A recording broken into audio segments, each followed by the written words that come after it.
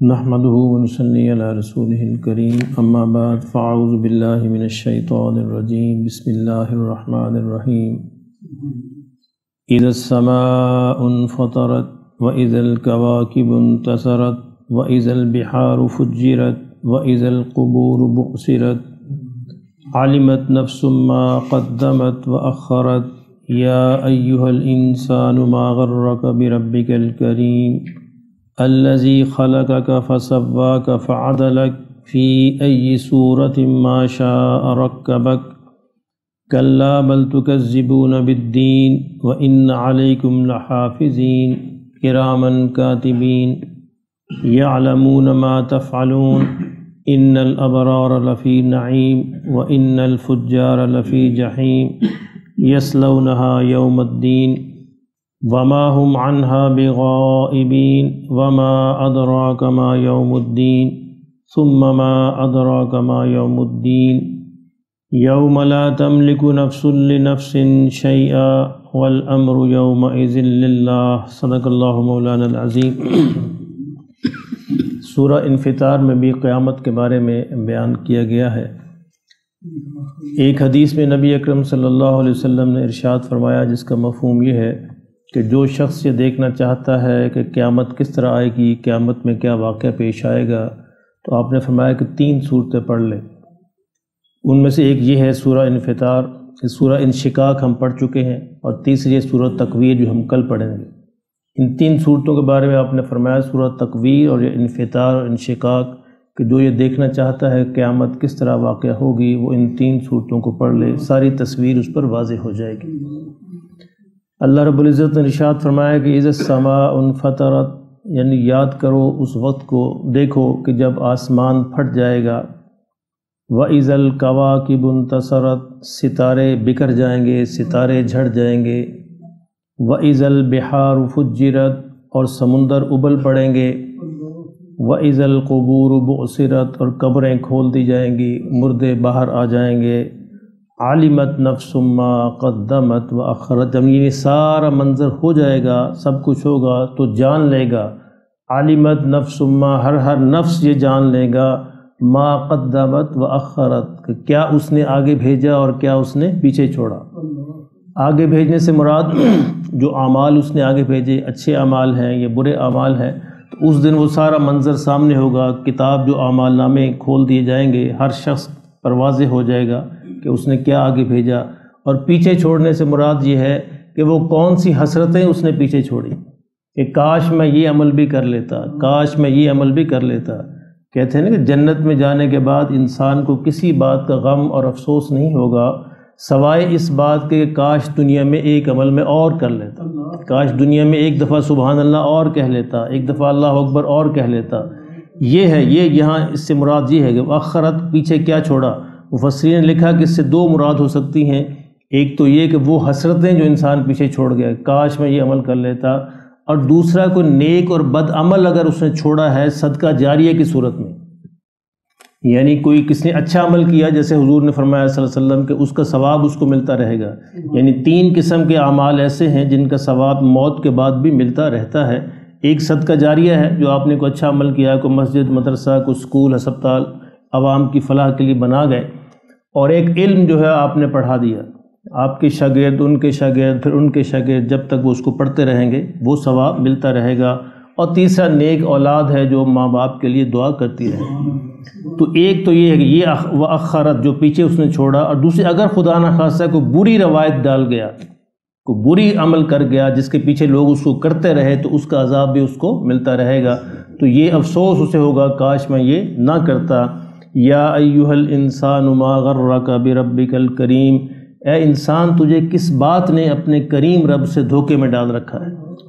یعنی بڑی تاسف کا جملہ ہے، انسان غور تو کر، تیرا رب بڑا کریم ہے، کیا اس کی کریمی نے تجھے دھوکے میں ڈال دیا ہے؟ یعنی اس کی کریمی یہ ہے کہ تمہیں مہلت دی ہوئی ہے، تمہیں فوراً نہیں پکڑتا تمہارے گناہوں پر، تمہارے جرموں پر، لیکن اس کا مطلب یہ نہیں ہے کہ وہ تمہیں پکڑے گا، نہیں۔ اس کی کریمی یہ ہے کہ جب تم جرم کرتے ہو تمہارے جرموں پہ پردہ ڈال دیتا ہے، تمہیں مہلت دیتا ہے، شاید توبہ کر لے، شاید توبہ کر لے، شاید توبہ، موت تک مہلت دیتا ہے۔ لیکن اس کا مطلب نہیں، یہ نہیں کہ تم دھوکے کے اندر پڑ جاؤ۔ اگر وہ کریم ہے تو عادل بھی ہے، اگر وہ کریم ہے تو انصاف کرنے والا بھی ہے، انصاف کرے گا۔ انسان اس کے بارے میں عام طور پر ہمارے معاشرے میں یہ بڑی غلط فہمی اور اللہ جی غفور الرحیم ہے، بلکہ یہاں تک میں نے لوگوں کو کہتے سنا، او جی سانو نے بخشنا تو کینوں بخشنا، اللہ اکبر استغفر اللہ۔ اللہ بے شک غفور الرحیم ہے، لیکن وہ عادل بھی ہے۔ اللہ کی ایک صفت کا مطلب یہ نہیں ہوتا کہ دوسری صفت ختم ہو گئی۔ اگر اللہ کی صفت رحیمیت پر، اللہ کی صفت کرم پر اتنا ہی مان ہے تو پھر اللہ کی صفت رزاقیت پہ مان کیوں نہیں ہے؟ وہ رازق بھی تو ہے نا، رازق تو ہے، سارے صبح صبح کام کے لیے نکلتے ہیں، کیوں جی ایسے ہے نا؟ یعنی اگر اللہ جس طرح صفت کریم ہے، جس طرح رحیم ہے، رحمان ہے، رازق بھی ہے، رزق بھی وہی دیتا ہے، پھر صبح صبح اٹھ کے سارے اپنے کاموں پہ کیوں جاتے ہیں؟ اللہ اس کے بغیر بھی دینے پر قادر ہے۔ اس طرح اللہ بغیر عمل کے بخشنے پر قادر ہے، لیکن اس نے یہ اصول بنا دیا ہے کہ عمل کرے گا تو بخشوں گا، یعنی اس کی عمل جو ہے اس کی رحمت کو لینے کا ذریعہ ہے۔ ہماری محنت، ہماری کوشش، ہماری دکان، ہماری ملازمت اس کے رزق کو لینے کا ذریعہ ہے، یہ اللہ نے قانون بنا دیا ہے۔ تو اس کی ایک صفت کا مطلب یہ نہیں ہوتا کہ دوسری صفتیں غائب ہو گئیں، تو انسان اس غلط فہمی کے اندر پڑا ہوا۔ اللہ نے بڑی خوبصورت یعنی جملہ ہے کہ اے انسان تجھے اس کی کریمی نے دھوکے میں ڈال دیا ہے، دھوکے میں نہ پڑ۔ وہ کریم اگر ہے تو عادل بھی ہے، انصاف بھی کرنے والا ہے، جبار بھی ہے، قہار بھی ہے۔ تو یہ ساری باتیں یاد رکھو۔ اور وہ رب وہ ہے الذی خلقک، جس نے تمہیں تخلیق کیا، فسواک، تسویہ کا مطلب پہلے میں نے بیان کیا کہ نوک پلک سنوارنا، ٹھیک کرنا، فعدلک، پھر اس نے تمہیں پورا متناسب کر دیا، بیلنس کر دیا، یعنی اس نے ایسی شکل بنائی کہ ساری شکلوں سے بہتر ہے۔ جتنی بھی مخلوقات ہیں باقی دنیا کے اندر، انسان کی شکل سب سے بہتر ہے۔ الذی خلقک، اس نے تخلیق کیا، فسواک، پھر اس نے تیرا تسویہ کیا، نوک پلک سنوارے، فعدلک، پھر بیلنس کر دیا، فی ای صورت ما شاء رکبک، اور اس کے بعد بھی جیسی صورت میں چاہا تجھ کو ڈھالا۔ یعنی ایسا نہیں ہے کہ اللہ نے ایک ہی سانچہ بنا دیا ہے، یعنی سارے کے سارے اربوں خربوں انسانوں کا ایک سانچہ نہیں ہے، ہر بندے کا شکل مختلف ہے۔ تو یہ ہے پہلے ساری بنا کے پھر اللہ کی یہ یعنی کتنی بڑی صفت خلاقیت ہے، صفت تخلیق ہے کہ ہر انسان ازل سے لے کر ابد تک ہر انسان الگ ہوگا۔ دیکھنے میں وہی ناک ہے، وہی آنکھیں ہیں، وہی کان ہیں، وہی چہرہ ہے، وہی ہاتھ ہے، وہی پاؤں، لیکن ہر انسان دوسرے سے مختلف ہے، ہر انسان الگ ہے۔ اور یہ اللہ کی خالق ہونے کی سب سے بڑی دلیل ہے کہ اس کے پاس کتنے سانچے ہیں، اس کے پاس کتنے ڈیزائن ہیں، ان گنت، یعنی لامحدود۔ جس طرح وہ لامحدود ہے اس طرح اس کے سانچے بھی لامحدود ہیں۔ جب سے یہ کائنات بنی ہے وہ سانچے چلے آ رہے ہیں اور چلتے جائیں گے، لیکن ہر انسان دوسرے سے بالکل الگ رہے گا۔ حتیٰ کہ جو جڑواں بچے ہوتے ہیں وہ بھی 100% آئیڈینٹیکل نہیں ہوتے، ان کے اندر بھی کوئی نہ کوئی کہیں نہ کہیں تھوڑا بہت فرق ہوتا ہے جس سے وہ پہچانے جاتے ہیں۔ فرمایا کلا، ہرگز نہیں، یعنی یہ سمجھتے ہیں کہ رب کی جو کریمیت ہے اس کی وجہ سے ہم جو ہے رب ہمیں بھی معاف کر دے گا، نہیں، بلکہ کلا، ہرگز نہیں، بل تکذبون بالدین، ان کے یہ کرتوت جو ہیں اصل میں یہ روز جزا کو جھٹلا رہے ہیں، ان کے اپنے کرتوتوں سے، اپنے عملوں سے یہ روز جزا کو جھٹلا رہے ہیں۔ وَإِنَّ عَلَيْكُمْ لَحَافِظِينَ، جبکہ ان کو معلوم ہونا چاہیے کہ ہم نے ان پر نگران چھوڑ رکھے ہیں۔ کیسے جھٹلا سکتے ہیں؟ ہم تو ایک عمل جو ریکارڈ ہو رہا ہے، لکھا جا رہا ہے۔ وَإِنَّ عَلَيْكُمْ لَحَافِظِينَ، ان پر محافظ مقرر ہیں، کرامن کاتبین، جو بڑے معزز ہیں لکھنے والے، یعنی وہ 2 فرشتے جو ہر انسان کے ساتھ ہیں، ان کا نام نہیں ہے کرامن کاتبین، یہ ان کی صفت ہے۔ کرامن مین معزز، کاتبین لکھنے والے، ان کا نام اللہ کے رجسٹروں میں کیا ہے اللہ ہی جانتے ہیں، لیکن ہر انسان کے ساتھ 2 فرشتے مقرر ہیں۔ اللہ نے فرمایا کہ یعلمون ما تفعلون، جو تم کرتے ہو وہ جانتے ہیں۔ ہم نے ان کو یہ اختیار دے رکھا ہے، ان کے پاس یہ اتھارٹی ہے، ان کے پاس یہ اختیار ہے، قدرت ہے کہ جو تم کرتے ہو وہ جانتے ہیں، وہ لکھتے ہیں، اور جب وہ لکھتے ہیں تو پھر اس کا لازمی نتیجہ ہے کہ ان الابرار لفی نعیم، کہ نیک لوگ جو ہے نعمتوں کے اندر رہیں۔ تو بے شک قیامت میں ان الابرار لفی نعیم، قیامت میں نیک لوگ نعمتوں کے اندر ہوں گے۔ وان الفجار لفی جہیم، اور برے لوگ جو ہیں وہ جہنم کے اندر ہوں گے۔ یصلونھا یوم الدین، اور روز جزا کے اس دن جس کو وہ جھٹلا رہے ہیں، یصلون، اس کو ان کو جھونک دیا جائے گا، پھینک دیا جائے گا جہنم کے اندر۔ وما ہم عنہا بغائبین، اور جہنم سے کبھی وہ غائب نہیں ہو سکیں گے۔ کہتے ہیں حاضری لا کے غائب ہو جو، حاضری لا کے غائب ہو جو دفتر، نہیں، ایسا نہیں ہوگا۔ جہنم میں ڈال دیا جائے گا، پھر غائب نہیں ہو سکیں گے۔ یہ وہی اسلوب ہے جس میں خالدین فیہا، یعنی خالدین فیہا کا دوسرا اسلوب یہ ہے کہ وما ہم عنہا بغائبین، بھی کبھی وہ نکل نہیں سکیں گے، اس میں غائب نہیں۔ اور سورہ قاریہ میں اس سے بھی عجیب اسلوب ہے، امہ ہاویہ، اس کی ماں ہوگی جہنم۔ جس طرح ماں بچے کو نہیں چھوڑتی، یہ جہنم بھی ان کو نہیں چھوڑے گی، سنبھال کے رکھے گی، باہر نہیں جانے دے گی۔ وما ادراک ما یوم الدین، اور لوگوں تمہیں کیا پتا کہ یہ بدلے کا دن، جزا اور سزا کا دن کیا ہے، بڑا ہی خوفناک ہے۔ ثم ما ادراک ما یوم الدین، پھر ذرا اس پہ غور کر لو کہ یہ بدلے کا دن کیا ہے۔ کیا ہے؟ یوم لا تملک نفس لنفس شیئا، کوئی ایک نفس بھی دوسرے نفس کے کام نہیں آ سکے گا۔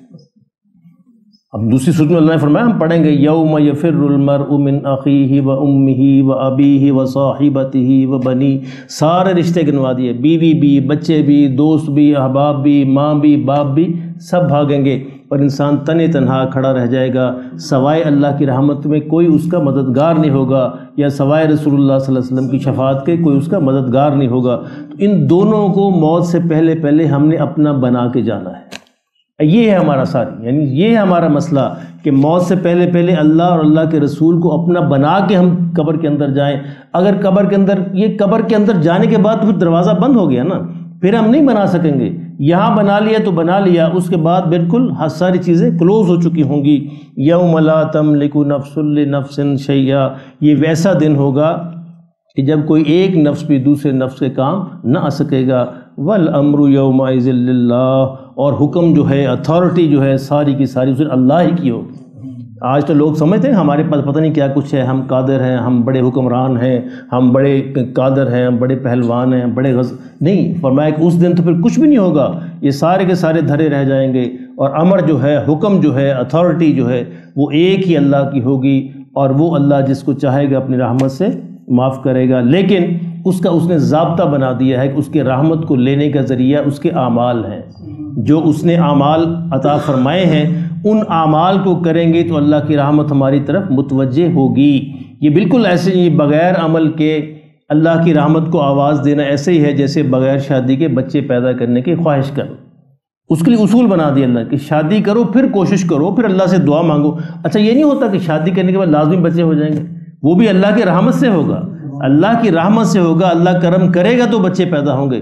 کتنے دیکھے 20-20 30-30 سال گزر گئے، بڑی کوششیں کر لی، نہیں بچے پیدا ہوئے، تو یہ اللہ کی رحمت سے۔ تو اللہ نے فرمایا کہ عمل بے شک ہیں، اعمال میری رحمت کو متوجہ کریں گے، میری رحمت کو، اور تم اپنے عملوں کی وجہ سے جنت کے اندر نہیں جاؤ گے، میری رحمت سے جاؤ گے، لیکن میری رحمت کو لینے کا ذریعہ جو ہے وہ اعمال ہیں، وہ اللہ کے دیے ہوئے اعمال ہیں، اللہ کے دیے ہوئے رسول صلی اللہ علیہ وسلم کی سنتیں ہیں۔ تو اللہ ہمیں وہ نصیب فرما دے۔ وما علینا الا البلاغ المبین۔